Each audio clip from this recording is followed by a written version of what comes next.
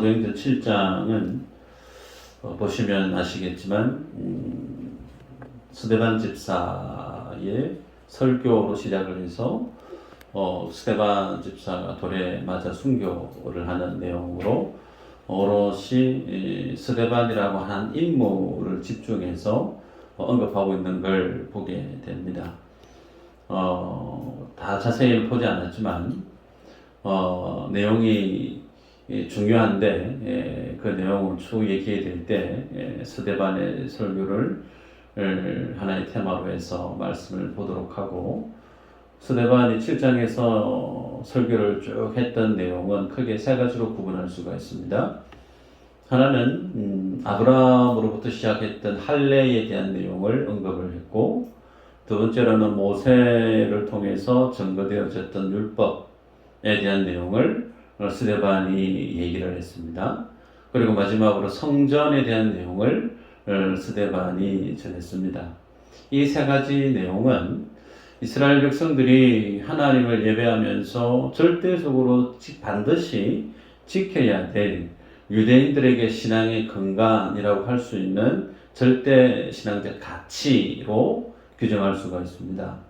이 세 가지 내용을 스데반은 사도행전 7장에서 설교의 내용으로 전하면서 그 모든 것들이 예를 들면 할례와 율법과 성전에 대한 것들이 예수 그리스도께 향해져 있고 그 모든 것들이 예수 그리스도로 완성이 되어졌다라는 것을 스데반이 설교를 통해 전합니다. 자, 그런 내용을 전했을 때 그 상황은 이전에 앞서 말씀을 전해드렸습니다. 이미 예루살렘 공회에서 예수 그리스도라고 하는 그 이름으로 복음을 전하는 예수의 도, 십자가의 도를 전하지 못하게끔 공포되어져 있는 상황이었죠. 자, 그래서 스데반이 얘기했던 구약의 유대인들이 절대시 여겼던 그 율법적인 내용을 전했을 때 그 스데반이 전하는 내용에 대해서 공회 원로원들이 그 내용을 어떻게 여길지 스데반이 몰랐을까? 저는 그렇지 않죠. 스데반은 자기가 전하고 있는 그 말을 전하게 되어질 때 그 말을 듣고 있을 바리새인과 그리고 서기관과 종교 지도자들, 장로들이 이 스데반이 전하는 그 진리에 대한 내용을 어떻게 이해하고 받아들일지 상식적으로 다 훤히 꿰고 알고 있습니다. 자, 그럼에도 불구하고 스데반은 하나님의 진리를 가감없이 공의 모든 유대 지도자들 앞에서 힘주어 전하는 것을 보게 되죠. 53절에 스데반이 얘기합니다. 너희는 천사가 전한 율법을 받고도 지키지 아니하였도다 하니라 그랬어요. 본인들은 하나님이 모세를 통해서 전해주었던 그 율법을 철두철미하게 지킨다라고 여기고 있었는데, 그렇게 신앙이 좋고 말씀에 근거한 분명한 믿음의 고백 위에 살아간다라고 여기고 있는 종교 지도자들을 향해서, 아니 너희들은 천사가 전한 그 하나님의 말씀, 그 율법을 제대로 지키고 있지 않다라고 그들의 신앙을 정면으로 부정하고 있는 스데반의 표현을 보게 되죠. 뿐만 아니라 52절 이후로 보면 그들의 지금 자기 앞에 있는 유대인들의 조상, 그 조상들도 동일하게 하나님의 율법의 말씀을 지키지 않았고 도리어 선지자들을 죽여가면서 하나님을 대적했던 그 죄를 저질렀었는데, 그러한 너희들의 조상들이 범하고 있는 그 죄와 동일하게 지금 너희들도 너희의 조상과 같은 죄를 범하고 있다라고 힘주어 종교 지도자들의 비성경적이고 비신앙적인 어떤 그런 믿음 없는 불순종에 대한 죄를 조목조목 스데반은 힘주어 전하는 것을 보게 됩니다.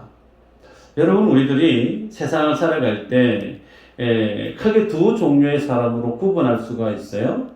한 종류는 관계 중심형 사람, 두 번째는 일 중심형 사람. 이 두 가지 카테고리에 우리들은 어느 한쪽이든 포함될 수밖에 없죠. 근데 관계 중심적인 사람의 삶의 태도, 삶의 방식의 가장 중요한 우선순위는 다분히 사람의 관계를 가장 중요시 여깁니다. 그래서 다른 사람과 관계를 맺고 그 관계를 돈독히 지켜나가기 위해서 가장 많은 육체적인 감정적인 에너지를 소모하게 되죠. 그래서 관계 중심적인 삶을 지향하는 사람은 자기 앞에 있는 그 사람이 잘못된 행동을 하고 잘못된 생각, 말을 해도 그것을 관계가 바른 말을 했을 때 그 관계가 일그러지면 어떻게 하나 그런 어떤 불안감 때문에 자기 눈앞에 자기 생각에 상대방이 옳지 않은 말과 행동을 해도 그것을 정확하게 지적하는 것을 주저하는 경우들이 다반사입니다. 반면에 일 중심형 사람은 어떨까요? 관계보다 일을 더 우선시 여기는 성향의 삶을 살아가기 때문에 일 중심형 사람의 삶의 태도를 보면 말하는 것이 거침이 없어요. 그 말에 있어서 상대방의 감정이 어떻게 해석이 되어지고 내가 하는 그 말에 있어서 상대방이 어떤 마음의 상처를 받을지 이것보다 더 중요한 것이 뭐냐면 일이 되게 만들어야 된다는 거예요. 그래서 일이 되게 하기 위해서는 그 사람의 감정이나 그 말을 받아들이는 그 사람의 입장을 고려하기보다 직선적인 말을 하는 성향의 삶을 살아갑니다. 자, 중요한 것은 관계 중심형 삶을 지향하는 사람도 그렇고 일 중심형 삶을 살아가는 사람도 마찬가지로 사람 간의 관계가 불편하게 되어지면 결국은 그 일도 잘 될 수 없을 뿐더러 더더욱 관계가 깨어져 버리고 나면 그 다음에 상황은 더더욱이 힘들어지죠. 결국은 관계 중심형 삶을 사는 사람이나 일 중심형 삶을 사는 사람이나 하나같이 최소한의 사람 간의 관계에 준한 삶을 살아갈 수밖에 없더라는 거예요. 그런데 이 관계를 최소한의 지켜나가기 위해서 넘지 않는 선들이 있죠. 내 생각에 이건 잘못됐고 이 행동은 이 결정은 맞지 않는 것이라고 분명히 얘기를 해야 되는데 그 얘기를 하면 뭔가 조금 일이 잘 안 될 것 같고 불편해질 것 같아서 바른 말을 하지 않는 경향이 아마 한국 사람들의 대부분이 여기에 해당되어지지 않겠는가 싶어요. 여러분, 그런데 진리에 대한 내용일 때는 어떨까요? 하나님의 진리에 대한 내용에 있어서의 잘못 알고 있고 잘못 판단하고 있고 잘못 행동하고 있을 때 진리에 대한 부분에 대해서만큼은 그 사람의 잘못된 행동이나 말이나 생각에 대해서 정확하게 그 사람의 잘못을 지적할 수 있어야 바른 삶을 산다 말할 수 있겠죠. 자, 그러면 상황이 이렇다라고 하면 오늘 세상을 살아가는 나는 이 진리에 대한 부분에 있어서 어떤 삶의 태도를, 어떤 삶의 자세로 내가 살아가고 있는가. 예를 들면, 내 눈앞에 보이는 사람이 하나님의 진리와 너무나 동떨어진 삶을 살아가고 있단 말이에요. 그런 것이 교회 안에 어느 사람에게 보일 때 나는 과감하게 그 사람에게 나아가서 그거는 이래야 되고 저거는 저래야 되고 그건 잘못된 겁니다. 그 행동, 그 말 고쳐야 됩니다. 이렇게 말하는 삶을 여러분이 살아가고 계시나요? 혹은 정반대로 누군가가 내게 와서 내가 살아가고 있는 신앙의 모습에 대해서 다른 사람이 그건 잘못됐다고 이래야 되고 저래야 되고 소위 나에게 지적을 할 때 그 지적을 하는 그 사람의 말에 있어서 여러분의 삶의 자세는 어떻습니까? 쉽게 수긍하고 받아들이고 이해하고 그대로 내가 인정하려고 하는 자세를 가지고 살아가는지 아니면 앞에서는 그런다 치더라도 뒤돌아서서는 마음에 상처가 되고 불편해서 속에서 막 불편한 마음이 감정이 막 일어나는 어떨까요? 아마 대부분이 후자일 겁니다. 우리 모두는 누군가가 나에 대해서 뭔가를 지적을 하면 설사 그것이 하나님의 말씀 앞에 맞다 하더라도 누군가가 내게 지적을 하고 잘못됐다라고 얘기를 할 때 그것을 받아들이기가 쉽지가 않아요. 왜 그러냐면 우리 안에 뭐가 있기 때문에요? 자존심이 있기 때문에. 이 자존심이라고 하는 부분은 절대로 다른 사람 앞에 고개를 숙이게 하지를 않습니다.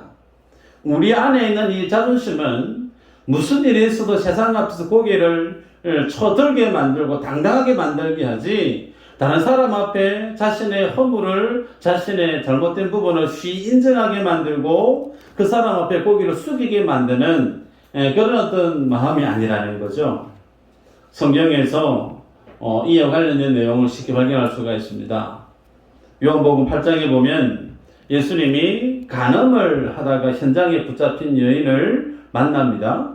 그 여인을 서기관과 바리새인들이 유대인들을 함께 어울러서 예수님 앞에 데리고 오죠. 그러면서 이 여인을 어떻게 해야 되냐고 예수님을 시험합니다. 그때 예수님 하시는 말씀이 너희 중에 죄 없는 자가 돌들어 치라 라고 얘기를 합니다. 결국은 그 여인을 정죄하고 돌을 들어서 그 여인을 죽이려고 했던 그 많은 무리들이 돌을 다 내려놓고 떠나가 버려요. 요한복음 8장에서의 이 간음하다가 붙잡힌 여인의 이 스토리 속에서는 일반 백성들은 다른 사람의 죄 문제에 대해서 그 죄를 하나님의 진리에서 어떻게 해석하고 그 진리 앞에서 그 죄 문제를 어떻게 처리해야 되는지 해결자의 관점으로 들고 나와왔는데, 예수님의 반응은 그 가늠한 여인에게 있지 않고 그 여인을 데려왔던 일반 서기관과 바리새인과 유대인들에게 주님이 관심을 가지시고, 예수님의 말씀은 그들 속에 있는 죄 문제를 주님이 지적하셨다라는 거예요. 그래서 주님이 간음하다가 붙들려온 그 여인을 데려오면서 최소한 나는 그 여인보다는 죄 없다, 최소한 나는 그 죄 많은 여인보다 나는 더 의롭다라고 여기고 있는 그들의 교만한 죄 문제를 예수님이 덜쳐내고 죄 없는 자는 돌들어 치라라고 했을 때 모두가 자기의 죄를 인정을 하고 돌을 내려놓고 집으로 가버리죠. 하나님의 진리는 어떤 성격을 항상 우리에게 비춰주냐면, 진리는 빛과 같아서 진리 앞에 서게 되어지면 자신의 모습을 마치 거울 보듯이 보게 돼요. 그리고 그 진리는 본성이 거룩합니다. 하나님의 속성을 담고 있기 때문에 그 진리는 완전해요.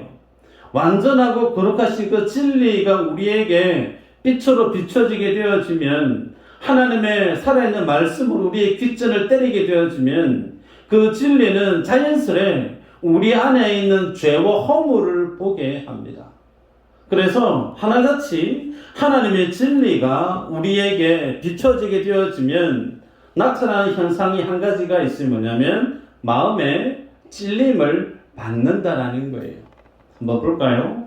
사도행전 2장 36절 이후로 42절까지인데 길지만 한번 읽어보십시다. 한번 읽어볼까요? 시작.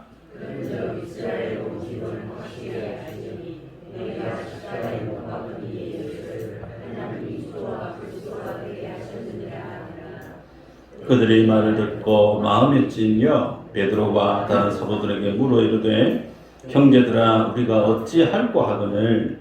베드로가 이르되 너희가 회개하여 각각 예수 그리스도의 이름으로 세례를 받고 죄 사함을 받으라. 그리하면 성령의 선물을 받으리니 너희와 너희 자녀와 모든 먼데 사람 곧 주 우리 하나님이 얼마든지 부르시는 자들에게 하신 것이라 하고, 또 여러 말로 확정하며 권하여 이르되 너희가 이 패역한 세대에서 구원을 받으라 하니, 그 말을 받은 사람들은 세례를 받음에 이날의 신도의 수가 3,000이나 더하더라. 그들이 사도의 가르침을 받아 서로 교제하고 떡을 떼며 오로지 기도하기를 힘쓰니라. 아멘. 베드로를 통해서 하나님의 말씀이 증거되어질 때 그 진리의 말씀 앞에 선 인생들은 하나같이 마음의 찔림을 받아요. 그래서 베드로의 복음 속에 드러난 하나님의 진리를 접했던 인생들은 우리가 어찌해야 되겠냐고 막 묻죠. 그때 죄사함을 받고 하나님을 믿는 자가 돼서 구원을 받으라라고 얘기했을 때 사도들의 가르침 앞에 모든 무리들이 부복하고 나와서 세례를 받았고 주님을 영접하고 구원받는 수가 3,000명이나 됐다라고 기록으로 남겨놓습니다. 그래서 가장 이상적인 모습은 하나님의 진리가 내게 증거되어지고 깨달아질 때 마음에 찔림이 있을 때 그 찔림을 받은 자가 그 찔림의 원인을 스스로 바라보고 회개해야 될 내용이면 회개하고 그 말씀을 받아들이는 자세가 되면 가장 좋아요. 근데 모든 사람들이 다 그와 같은가? 그렇지 않다라는 거예요. 오늘 읽었던 본문의 내용이 그렇죠? 스데반이 세 가지 큰 주제를 가지고 사도행전 7장에서 복음을 힘있게 전거했을 때 그 말을 들었던 무리들에 대한 반응이죠. 54절에 보면 그들이 이 말을 듣고 마음에 찔려 그를 향하여 이를 갈거늘. 베드로의 설교를 들었을 때 무리들도 마음에 찔렸어요. 이들도 마음에 찔렸어요. 마음에 찔림은 똑같은 현상이나 그 찔림에 대한 나타나는 반응이 다르다라는 거죠. 59절에 보면 스데반을 돌로 들어서 쳐서 죽이는 내용을 보게 됩니다. 그래서 이 내용을 보면서 여러분 우리들이 이제 내 자신을 볼 수 있어야 돼요. 하나님의 말씀이 증거되어지고 그 진리 가운데 우리의 죄가 우리의 허물이 수면 위로 드러나게 되어지면 부끄럽고 안타깝고 주님 앞에 내 가슴을 찢고 마음을 찢고 회개하면서 주 앞에 나와야 되는 것이 맞는데 오늘 스데반을 대하는 종교 지도자들, 장로, 바리새인, 서기관들은 도리어 돌을 들어서 이를 갈면서 스데반을 던져서 돌을 던져서 죽이는 일을 자행했다는 말이에요. 그들의 모습이 우리들이 볼 때 참 나쁘다. 속된 표현으로 참 못됐다. 어떻게 사람 찌를 수가 있겠노? 이런 어떤 감정을 우리가 스데반의 순교의 장면을 바라보면서 그렇게 해석할 수 있고 느껴질 수 있어요. 근데 거기서 멈춰버리면 성경을 보는 시각을 달리 하셔야 돼요. 무슨 말인가? 스데반을 향해서 돌을 던져서 죽이고 있는 소위 종교 지도자들의 그 모습 속에 있는 그 분노는 누구의 모습을 대변하고 있느냐라는 거예요. 그 모습은 다름 아닌 나의 모습이 그 속에 있음을 여러분들이 인정을 하실 수 있어야 된다는 겁니다. 왜 그런가? 이들은 스데반을 통해서 증거되어지는 하나님의 진리의 말씀을 수용하지를 않았습니다. 받아들이지를 않았어요. 마음에 찔림은 있으나 그것을 통해서 가슴을 찢는 회개를 하고 주님 앞에 엎드려서 제가 잘못했어요. 용서해 주세요가 아닌 돌을 들어서 도리어 스데반을 죽이려고 했던 그 완고함이 여러분 오늘 우리 안에도 있다는 거예요. 오늘 내 안에도 그 모습이 있다는 겁니다. 오전 예배 때 말씀을 나누었지만 민수기 이 내용을 쭉 보면서 광야에서 모두가 다 1세대들이 장례를 칠 수밖에 없었던 이유는 그들이 하나님의 말씀 앞에 목이 곧았기 때문에 그래요. 하나님의 이끄심, 하나님의 말씀을 고지고대로 듣지 않고 순종하기보다 그 하나님의 말씀보다 자기의 뜻, 자기의 생각, 자기의 감정이 더 우선했다는 겁니다.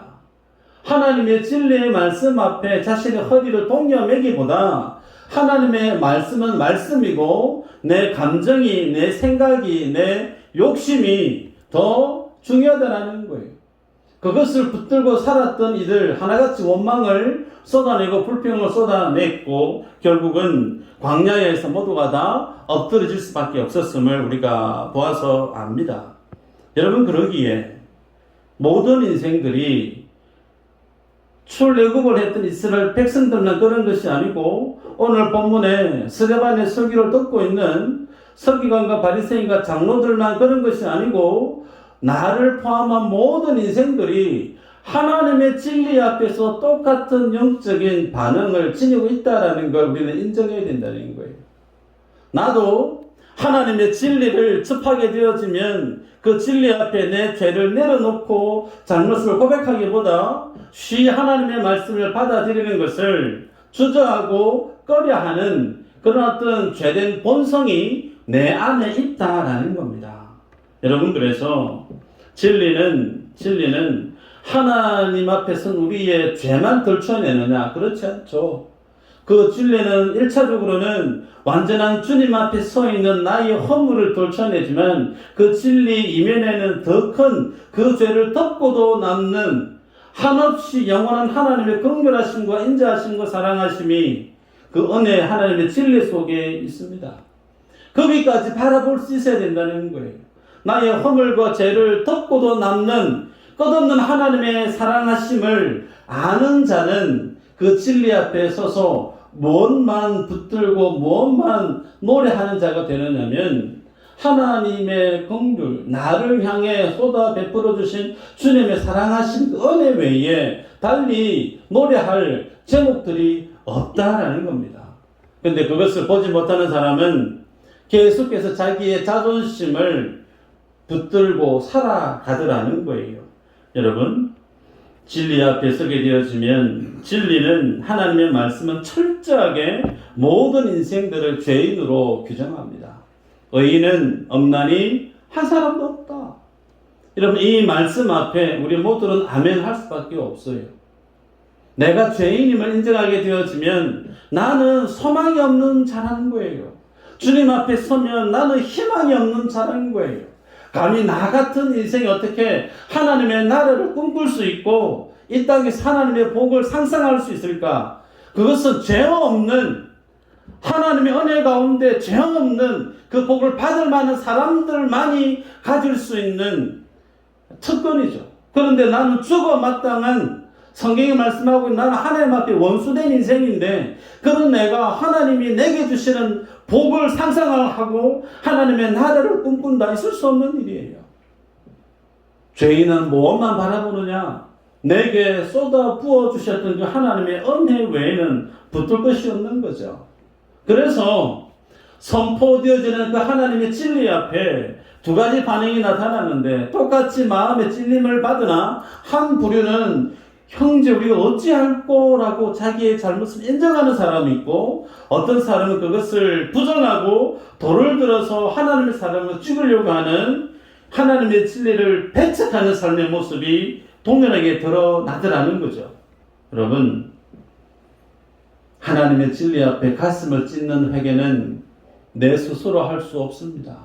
성령이 그에게 죄를 깨닫게 해 주시고 성령이 그에게 하나님의 진리 앞에 내가 정말 소망 없고 전적으로 타락하고 희망이 없는, 하나님이 구원해 주시지 않으면 답이 없는 인생임을 스스로 인정하게 되어지는 그 은혜의 자리에 서는 자만이 회개라고 하는 믿음의 액션을 주님 앞에 취할 수 있다는 거예요.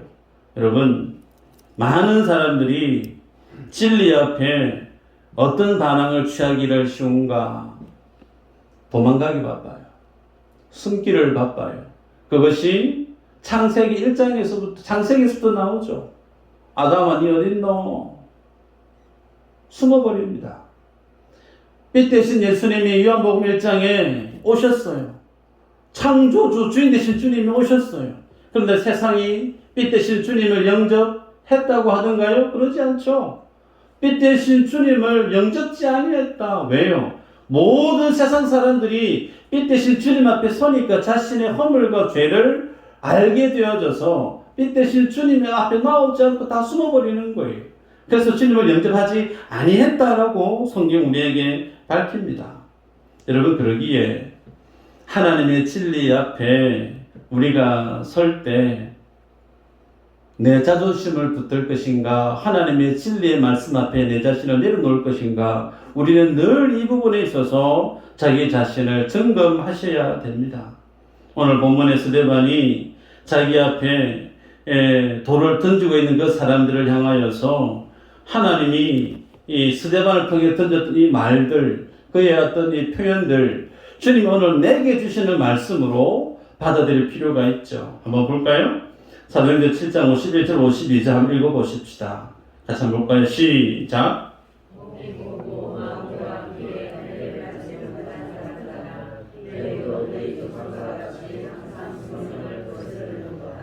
너희 조상들이 선지자들 중에 누구를 박해하지 아니하였느냐? 의인이 오시리라 예고한 자들을 그들이 죽였고 이제 너희는 그 의인을 잡아 준 자요 살인한 자가 되나니. 예. 하나님의 말씀을 받아들이기를 어려워하고 힘들어하는 인생이 오늘 스데반 앞에 서 있었던 종교 지도자들만 그런 것이 아니고 나도 그렇다라는 거예요. 이들만 목이 곧고 이들만 마음과 귀에 할례를 받지 않고 이들만 성령을 거스며 살았던 인생이 아니고 지난 한 주간 동안 내 삶의 모습도 이들과 다르지 않았다라는 거예요. 나도 마음과 귀에 할례를 받지 않고 나도 목이 곧은 삶을 살고 나도 나에 대한 성령의 울부짖는 그 기도에 대해서 전혀 관심 갖지 않고 내 뜻대로 내 마음대로 하나님의 뜻에 대해서 무관심한 채로 살았던 삶을 나도 살았다라는 겁니다. 그러기에 여러분 우리들은 하나님 앞에 서 있는 내 자신의 모습을 늘 말씀 앞에 진리 앞에 반추해야 될 필요가 있죠. 오늘 본문에서 스데반이 종교 지도자들 앞에 당당히 서서 그들의 조상이 범했던 그 죄를 조목조목 덜쳐내고 얘기한 것은 종교 지도자들 앞에 있는 그들의 죄를 리스트를 다 오픈해서 그들을 면박을 주고 소의 자존심을 스크래치려고 한 게 아니에요. 이들은 당대에 최고로 하나님을 잘 믿는다라고 했던 가장 경건한 사람들의 표본입니다. 그 말은 바리새인들만큼 장로들만큼 서기관들만큼 하나님을 사랑해서 그들만큼 신앙을 철두철미하게 말씀 앞에 세워간 사람이 없을 정도로 모든 사람들이 인정했던 믿음의 모델과 같은 이들이었다는 거죠. 그런 그들을 향하여서 스데반을 들어 주님이 뭘 하고 있느냐면 너희들은 죄인이다라는 거예요. 그러면 이들을 향해서 죄인이라고 얘기하고 있는 그 말씀 앞에 서 있는 오늘 나는 바리새인보다 더 나은 면이 있느냐? 오늘 나는 서기관보다 더 나은 믿음의 모습이 있느냐? 오늘 나는 이들의 장로들보다 더 뛰어난 믿음의 자세를 가지고 주님을 살아가고 있는 인생이 맞느냐라고 내 스스로를 돌아봐야 된다는 거예요. 여러분, 이들은 말씀을 듣고 마음에 찔렸다 그랬습니다. 찔린 이후의 행동이 잘못됐지만 최소한 이들은 하나님의 말씀을 들었을 때 마음이 찔렸다라는 거예요. 나에게 던져볼까요? 나는 개인 큐티를 하든 혹은 주일날 예배를 드리든 말씀 앞에 설 때에 마음의 찔림을 받는 삶을 오늘 나는 경험하고 살아가고 있는가? 마음의 찔림이 있으셔야 된다는 거예요. 아무리 성경을 보고 예배를 드려도 마음의 찔림이 전혀 안 느껴진다. 두 가지 경우입니다. 하나는 마음에 찔릴 일이 없는 거죠. 그 말은 주님 앞에 나는 완전한 삶을 살고 있다는 거예요. 누가 물어도 하나님이 와서 직접 물어도 나는 주님 앞에 올려드릴 것이 열매밖에 없다는 거죠. 허물 아무것도 없고 나는 퍼펙트하게 주님 앞에 믿을 삶 잘 살았다라는 거죠. 우리가 그렇게 살 수 있을까요? 그럼 못 살아요. 그럼 두 번째는 뭘까요? 죄가 뭔지를 모르고 살아가고 있다는 겁니다. 말씀을 보아도 퀴즈를 해도 말씀을 아무런 내 마음에 찔림이 없다라고 하는 그 성도의 삶의 현 상황은 상당히 위험하다는 겁니다. 여러분, 죄를 알지 못하면 죄에 대한 감각이 무뎌져 버리면 가장 중요한 것이 뭐냐면 하나님의 은혜를 알 수가 없어요. 내가 어떤 죄에 있었던 인생인지를 알게 될 때 그 죄를 주님이 도말하시고 그 죄를 주님이 용서하기 위해서 하나님이 행하셨던 희생, 하나님이 값주었던 십자가의 은혜가 어떤 것인지를 비로소 알게 됩니다. 그런데 주님 앞에 서 있는 나의 죄에 대해서 내가 무감각해지고 둔화되어져 버리면 그 죄를 씻어내기 위해서 주님이 감내했던 십자가 위에서 하나님의 피 흘리신 그 고뇌, 그 주님의 아픔을 우리는 느낄 수도 없고 가늠할 수도 없고 알 수도 없는 거예요. 그러기에 우리들은 주님 앞에 설 때에, 말씀 앞에 설 때에 마음의 찔림이 늘 내 안에 살아 있어야 된다는 겁니다. 설교를 하는 목사 입장에서 보면 왕왕 그럴 때가 있어요. 평상시에는 어떤 때는 대화를 잘해요. 근데 어떤 때는 눈빛을 마주치지 않아요. 어떤 때는 말도 안 해요. 어떤 때는 전화를 드려도 전화도 받지 않고 분명히 부재중 전화가 또 있는데 전화가 오지도 않아요. 그런 분들이 교회 안에 있습니다. 그러면 제가 어떤 생각을 가지게 될까요? 무슨 문제가 있을까? 뭐 때문에 삐졌을까? 그런 고민을 당연히 가지게 되겠죠. 그런데 나중에 시간이 지나서 들려오는 말, 알게 되어지는 사실은 말씀을 했을 때 그 말씀이 소위 나를 치는 설교를 했다라는 거예요. 나를 대놓고는 얘기하는 줄 모르지만 나를 치는 설교를 했기 때문에 마음이 상했다는 거예요. 그래서 마음이 다쳐서 목회자에게 마음도 닫고 전화도 안 하고 관심을 스위치를 다 끄고 지내시는 분들이 나중에 지나고 보면 그 내용이 제기에 들어옵니다. 여러분, 우리는 길을 열어야 돼요. 제가 그럴 리는 없지만 설교 중에 한 사람을 타겟을 삼고 치는 설교 하면 돼요, 안 돼요? 안 되죠. 그거는 영적인 폭행입니다. 그런 목회를 해서는 안 되죠. 그렇게 하지 않습니다. 근데 중요한 것은 말씀에 있는 내용을 전가했을 뿐인데 그 말씀을 전해 들었던 성도분이 마음이 찔렸는데 그 찔림에 대해서 자존심으로 해석을 하고 그것을 거절하는 뉘앙스로 자기 속에 자기화를 해버리게 되어지면 그 이후부터는 어떤 하나님의 말씀도 내 안에 들어올 수가 없는 거예요. 우리는 그래서는 안 됩니다. 말씀을 전하는 설교자도 마찬가지고 말씀을 받는 회중도 마찬가지고 하나님의 진리는 하나님의 말씀이면 우리는 무조건 오픈해야 돼요. 그 말씀 앞에 내 자존심이 찢어진 일이 있어도 그 말씀 앞에 내 어떤 자존심이 땅바닥에 툭 떨어지는 일이 있어도 우리는 하나님의 진리의 말씀의 앞에서는 모든 상황을 뛰어넘어서 늘 귀를 열고 마음을 열어서 성령이 내게 말씀으로 역사하시는 그 음성을 들을 수 있으셔야 돼요. 그것을 여러분이 늘 건강하게 주님 앞에 유지하실 수 있으셔야 됩니다.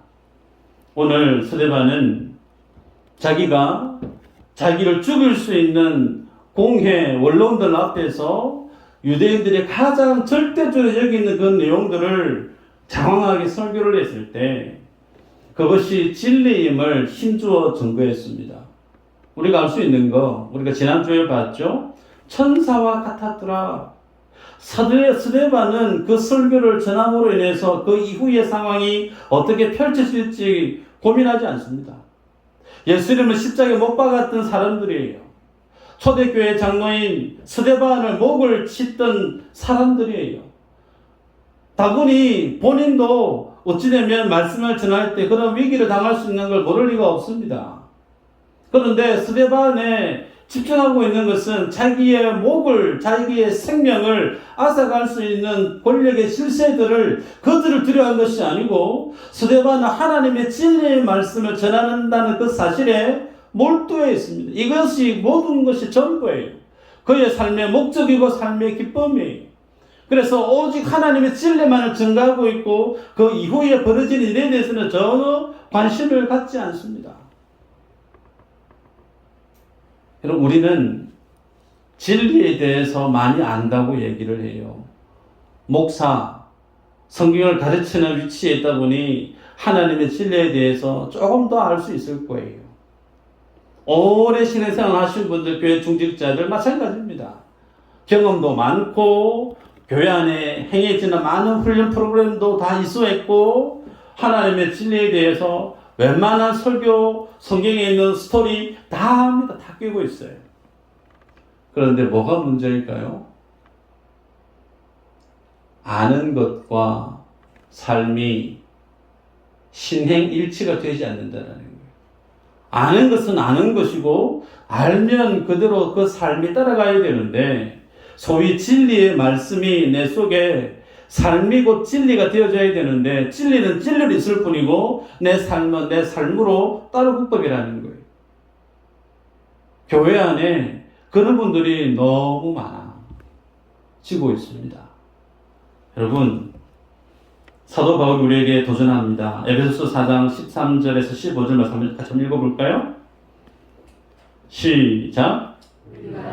하나님의 아들을 믿는 것과 아는 일에 하나가 되어 온전한 사람을 이루어 그리스도의 장성한 분량이 충만한 데까지 이르리니 이는 우리가 이제부터 어린 아이가 되지 아니하여 사람의 속임수와 간사한 유혹에 빠져 온갖 교훈의 풍조에 밀려 요동하지 않게 하려 함이라. 오직 사랑 안에서 참된 것을 하여 범사에 그에게까지 자랄지라. 그는 머리니 곧 그리스도라. 아는 것과 믿는 것이 따로 국법이 아니에요. 예수님을 믿는 것과 성경에 대한 진리를 아는 것이 하나일 때, 신행일치가 되어질 때 비로소 그는 어떻게 해요? 그리스도의 장성한 분량에 자라난다라고 얘기해요. 그런데 성경에 대해서는 다 안다. 성경 한 사건을 가지고 단상에 설교자가 딱 쓰면 이 내용, 이런 내용이겠지.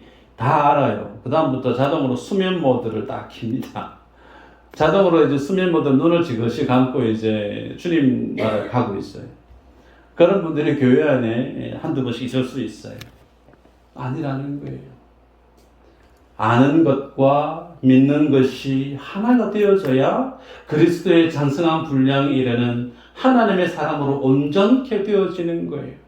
그런데 아는 것과 주님을 믿는 것이 따로 국밥인 사람은 영적인 어린아이다라고 규정하고 있습니다. 영적인 어린아이는 어떤 삶으로 드러날 수밖에 없느냐? 세상의 풍조에 휘둘린다는 거예요. 견고하게 두 발을 십자가의 진리 위에 딱 세워서 세상의 바람에 절대 요동하지 않고 당당하게 하나님의 그 일을 힘주어 감당하는 하나님이 귀 쓰는 인물로 쓰임 받아야 되는데 그렇지 않고 믿는 것과 아는 것이 다른 국법인 성도는 늘 갈팡질팡인 거예요. 세상에 이 말에 휘둘리고 저 말에 휘둘리고 삶이 언제나 어지러운 거예요. 평안이 없는 거죠. 불행한 삶을 살 수밖에 없는 거예요. 말씀을 맺습니다. 여러분, 우리는 주님 앞에 설 때 진리를 사랑해야 돼요. 진리에 대한 갈급함이 있으셔야 돼요. 그 진리 앞에 서기 위해서 시간을 들이기를, 마음을 들이기를 열심을 내셔야 됩니다. 주님의 사랑을 여러분이 아십니까? 그러면 그 사랑을 하는 자가 되셔야 돼요. 기도에 대한 내용을 기도는 뭐다라고 내 스스로 얘기할 수 있는 기도에 대한 정의를 기도에 대한 지식이 내 안에 다 업데이트가 다 되어 있습니까? 그러면 기도하는 자의 삶을 살아야죠. 새벽을 살든 밤을 살든 안다고 얘기는 하는데 삶이 없어요. 사랑도 없고 기도도 없고 헌신도 없고 말만 무성한 영적인 어린아이 유치원들 다 모여있는 교회는 어지러워요. 믿음의 거부들이 우리 교회 가운데 필요합니다. 교회를 주님과 함께 짊어지고 같이 하나님의 삶을 일궈낼 수 있는 건장한 믿음의 거장들이 우리 교회 안에 필요하다니까요. 누가 그 일을 해야 되죠? 장로님들만? 장로님들이 죄인이 아니에요. 장로님들 그 일을 하시지만 내가 해야 돼요. 내가 오늘 여러분들 속에 이 진리에 대한 사모함으로 진리에 대해서 마음금으로 활짝 여시고 그 진리가 어떤 말씀을 내게 쏟아지든 그 말씀을 담아낼 수 있는 믿음의 그릇을 지니고 그 주님과 함께 성장하고 성숙하고 믿음으로 삶이 되어지는 진리가 삶이 되어지는 저희 여러분들 다 되시기를 주의 이름으로 축복합니다. 기도합니다.